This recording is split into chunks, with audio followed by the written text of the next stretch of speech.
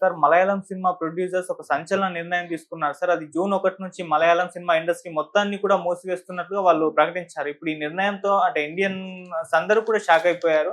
అంటే మామూలుగా మనం చెప్పుకుంటుంటాం మలయాళ సినిమాలు తక్కువ బడ్జెట్‌లో క్వాలిటీ ఉన్న సినిమాలు తీస్తారని, వాళ్ళ సినిమాలు చూసి మిగతా ఇండస్ట్రీలు నేర్చుకోవాలని చెప్పేసి కూడా చాలా మంది మాట్లాడుతుంటారు. మరి అటువంటి ఈ సిట్యుయేషన్‌లో మలయాళం సినిమా ఇండస్ట్రీ ఎందుకు షట్ డౌన్ అయిపోతుంది? అసలు ఏం జరిగింది? మరి దీని గురించి మీ ఒపీనియన్ ఏంటి? సినిమా పరిశ్రమని మూసేయటం అనేది జరిగే పని కాదండి. కాకపోతే కొంతమంది నిర్మాతలు సినిమాలు తీయం అని చెప్తారు. ఓకే. అది ఎక్కడైనా జరుగుతుంది, జరిగింది కూడా. ఇప్పుడు తెలుగు సినిమా పరిశ్రమలో కూడా ఆ మధ్య నిర్మాతలు సమ్మె చేశారు. నిర్మాతలు సమ్మె చేయటం ఏమిటి అని చాలామంది మాట్లాడారు ఆ రోజున.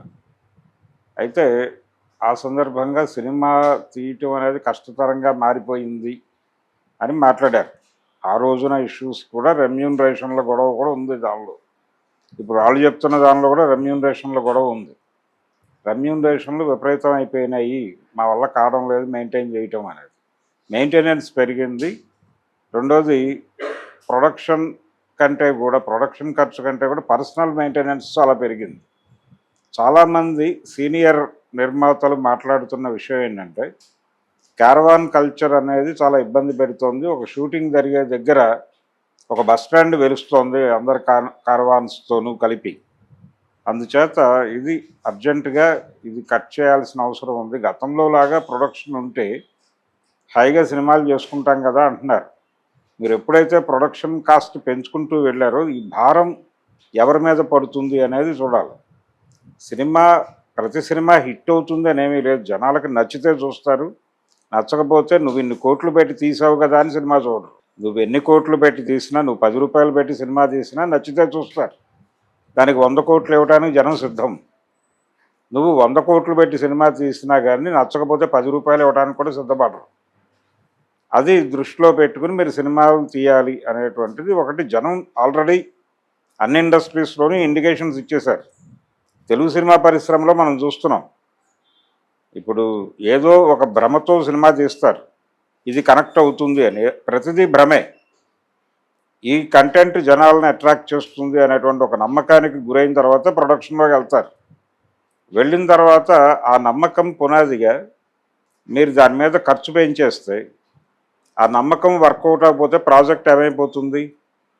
మీరు ఆ రోజుల్లో ప్రొడక్షన్ కోసం ఖర్చు పెట్టించిన డబ్బులన్నీ ఎలా రాబట్టుకోవాలి ఆ ప్రొడ్యూసరు?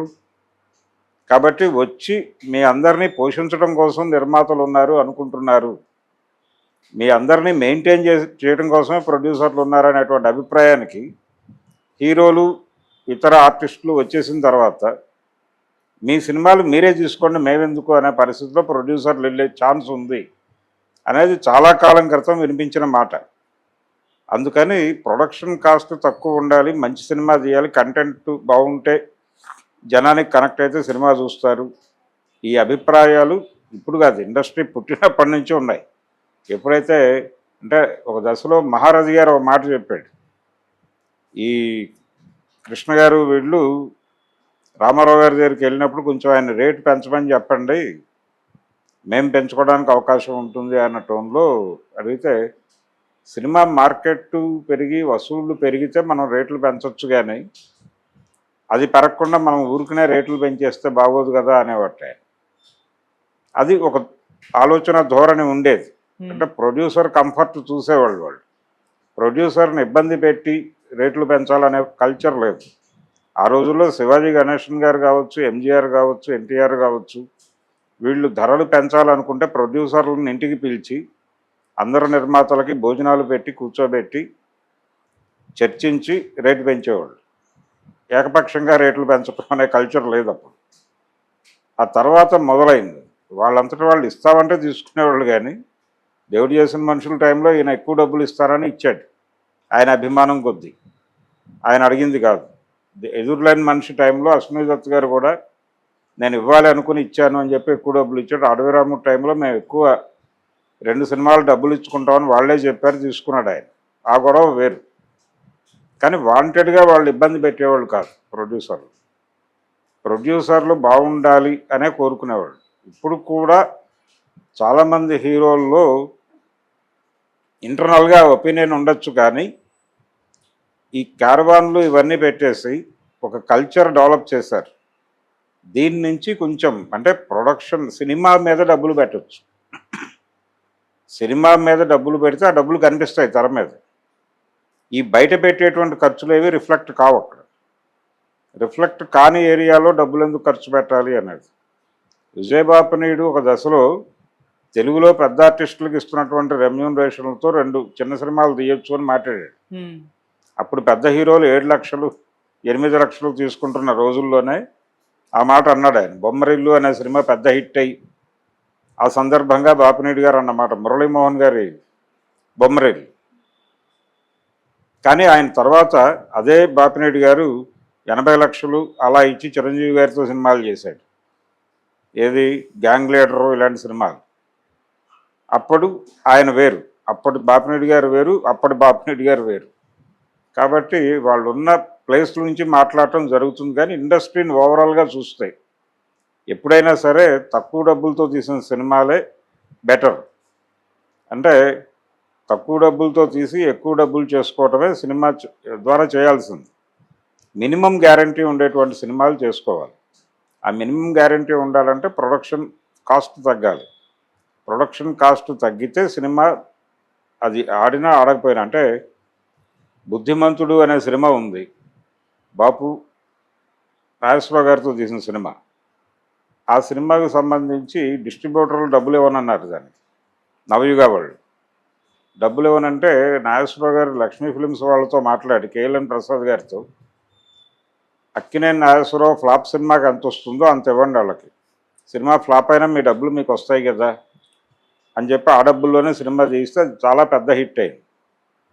హిట్ అయ్యి వాళ్ళు 6 లక్షలు పోను వీళ్ళకి చాలా డబ్బులు మిగిలినాయి. మిగిలి అంతకుముందు తీసిన 2 ఫ్లాప్ సినిమాల తాలూకా అప్పులన్నీ సింగిల్ చెక్తో తీర్చారు వీళ్ళు. అలా అది ఐడియా, అది పట్టుకోవాలి ఆ ఆత్మని. అంటే ఆయన ఏ ఉద్దేశంతో అంటుంటాడు ఆ రోజున అంత డబ్బుల్లోనే సినిమా తీయాలి. అంతే మన ఫ్లాప్ సినిమాకి ఎంత వస్తుందో అంత డబ్బులతో సినిమా తీస్తే సినిమా ఫ్లాప్ అయినా నష్టం ఉండదు, ఎవరికీ నష్టం ఉండదు. అలాగే లాభం వస్తే భారీ ఎత్తున లాభాలు వస్తాయి. అందుకని సినిమా పరిశ్రమ బాగుండాలంటే ప్రొడక్షన్ కాస్ట్ తగ్గాలి. ప్రొడక్షన్ కాస్ట్ ఎక్కడ ఉండాలో అక్కడ ఉండాలి. రెమ్యూనరేషన్లు ఒక సినిమా హిట్ అవగానే ధరామని రేట్లు పెంచేసి అందం మేము అంటే కుదరదు కదా. మాకు ఈ ఏరియా ఇచ్చేయాలని హీరోలు అడిగి, లేకపోతే ఇన్ని కోట్లు అడిగి, పైగా మలయాళ చిత్ర పరిశ్రమలో ధరలు తక్కువే కంపారిటివ్గా తెలుగు సినిమా రంగంతోనూ తమిళ సినిమా రంగంతో పోల్చినా కానీ తక్కువ రెమ్యూనరేషన్లోనే చేస్తారు వాళ్ళు. అక్కడ వాళ్ళ లిమిటెడ్ మార్కెట్ మొదటి నుంచి ఆ కల్చర్ ఉంది వాళ్ళు. ప్రేమ్ నజీర్ రోజుల నుంచి కూడా వాళ్ళు భారీ రెమ్యూనరేషన్లతో ఏ రోజున లేరు. మమ్మూటి మోహన్ లాల్ కూడా భారీ రెమ్యూనరేషన్లకు సినిమాలు చేస్తున్నట్లేం కాదు. కానీ ఈ మధ్య కాలంలో పాన్ ఇండియా మోజు పెరుగుతోంది అన్ని చోట్ల. ఈ మార్కెట్ విస్తరణ కోసం చేసేటువంటి కసరత్తులో భాగంగా అనివార్యంగా ప్రొడక్షన్ కాస్ట్ పెంచేస్తున్నారు. దాన్ని నివారించడానికి ఇప్పుడు సీరియస్గా వాళ్ళు ప్రయత్నం చేస్తున్నారు. ఈ ప్రయత్నం మలయాళ పరిశ్రమ మూసేయటం కోసం కాదు, బతికించడం కోసమే. బతికించడానికి ఏ మేరకు దోహదపడుతుంది అనేది చూడాలి. అలాగే వాళ్ళ డిమాండ్స్లో వాళ్ళ అభిప్రాయం అంటే ఎక్కడ ఉంది సర్టన్గా రెమ్యూనరేషన్లు అనేది మాత్రమే బయటకు వచ్చింది. రెమ్యూనరేషన్లతో పాటు ప్రొడక్షన్ కాస్ట్ కూడా, సినిమాకి సంబంధించిన ప్రొడక్షన్ కాస్ట్ వేరు, ఆర్టిస్టుల మెయింటెనెన్స్ ఖర్చులు వేరు. ఈ మెయింటెనెన్స్ ఖర్చులు తడిసి మోపడవుతున్నాయి. దీన్ని కట్ చేసుకోగలిగితే కొంత డబ్బులు అక్కడ పెట్టడానికి అవకాశం ఉంటుంది, సినిమా క్వాలిటీ పెరుగుతుంది. సినిమా క్వాలిటీ పెంచడానికి దోహదపడే డబ్బులు మాత్రమే పెట్టవాలను, మిగిలిన డబ్బులు తగ్గించుకోవాలను అనే సూత్రం ప్రకారం పెడితే ఏ ఇండస్ట్రీ అయినా బాగుపడుతుంది. తెలుగులో కూడా ఇప్పుడు అనేక మంది సినిమాలు తీస్తున్నారు, అనేక సినిమాలు తయారవుతున్నాయి. తయారైన సినిమాలన్నీ జనం దగ్గరికి చేరట్లా. ఇప్పుడు నిన్న రిలీజ్ అయినటువంటి సినిమాల్లోనే నిజరించు జహాపన అని ఒక పోస్టర్ కనిపించింది. ఎవరతను ఆర్టిస్ట్ పిబి శ్రీనివాస్ గారి మనవడు, ఏది పాత గాయకుడు పిబి శ్రీనివాస్ గారి మనవడు హీరోగా యాక్ట్ చేశాడు. అతను చూడాలనుంది ఈ సినిమాలో, చైల్డ్ ఆర్టిస్ట్గా జనాలకు బాగా రిజిస్టర్ అయిన కుర్రాడే. కానీ ఆ సినిమా జనంలోకి తీసుకెళ్ళడానికి అవకాశం లేదు. మల్టీప్లెక్స్ల్లో షోస్ వేశారు కానీ జనం కనెక్ట్ కాలేదు ఆ సినిమాకి. ఇలా ఒక షో 2 షోలకు పరిమితం అయిపోయి ఆ సినిమా వెళ్ళిపోతుంది, కిల్ అయిపోతుంది. ఆ తర్వాత ఓటీటీ వాళ్ళు ఏదో తక్కువ ధరకు కొనుక్కుంటారు. ఇలా అనేక సినిమాలు అంటే జనం దగ్గరికి సినిమా తీసుకెళ్ళటం అనేది ఒక చాలా ఇబ్బందికరంగా తయారైంది. మేము థియేటర్లు ఇస్తున్నాం కదా అంటున్నారు వాళ్ళు, కానీ థియేటర్కి జనాలు వచ్చే పరిస్థితి ఉండట్లేదు. థియేటర్ ఆడియన్స్ ఫ్రెండ్లీగా లేదు. లేకపోవడం వల్ల చాలా బతిమాలితే 112 రూపాయలు పెట్టారట ఆ సినిమాకి రేటు మల్టీప్లెక్స్లోనే, అయినా జనం లేరు. అంటే అక్కడ జరిగేటువంటి ఇతర దోపిడీలకు భయపడి అక్కడికి వెళ్ళట్లేదు జనాలు. మల్టీప్లెక్స్లో 111 రూపాయలు 112 రూపాయలు ఇస్తున్నాం కదా అని మాట్లాడితే మిగిలిన పరిస్థితి ఏంటి? అక్కడ లోపల స్నాక్స్ కొంటే 500 వెళ్ళిపోతాయి. ఇటువంటి కండిషన్లో అక్కడికి వెళ్ళాలని ఎవరు అనుకుంటారు? కాబట్టి కమ్యూనిటీ థియేటర్స్ నిర్మించటం, కమ్యూనిటీ థియేటర్స్ అంటే ఇప్పుడు బడుగు బలహీన వర్గాల కోసం కాలనీలు కడుతున్నారు. ఆ కాలనీస్లో కమ్యూనిటీ థియేటర్ కట్టండి. ఆ కమ్యూనిటీ థియేటర్లో ఏ సినిమా అయినా 50 రూపాయలకే చూపించండి. అక్కడికి జనం వచ్చి కూర్చుంటారు సరదాగా. ఇంటి దగ్గర నుంచి భోజనాలు కూడా తెచ్చుకుని అక్కడ కూర్చుని చూస్తారు 50 రూపాయలు ఇచ్చి. అలాంటి థియేటర్లు వస్తే తప్ప మళ్ళీ సినిమా బతకదు. ఓకే. అందుకని ఆ దిశగా ఒక ప్రయత్నం చేస్తున్నారు వాళ్ళు. బతికించుకోవడం కోసం చేస్తున్నారు స్ట్రైక్. చంపేయటం కోసమో మూసేయటం కోసమో కాదు. బతికించుకోవడానికి ఏం చేయాలి అనేది కసరత్తు. ఈ కసరత్తు ఆరోగ్యకరంగా జరిగితే దాని ప్రభావం మిగిలిన ఇండస్ట్రీలు కూడా బాగుపడే అవకాశం ఉంటుంది. వాళ్ళు అంటున్నట్టుగా ప్రొడక్షన్ కాస్ట్ పెరగటంలో ఏ షేర్ ఎంత అనేది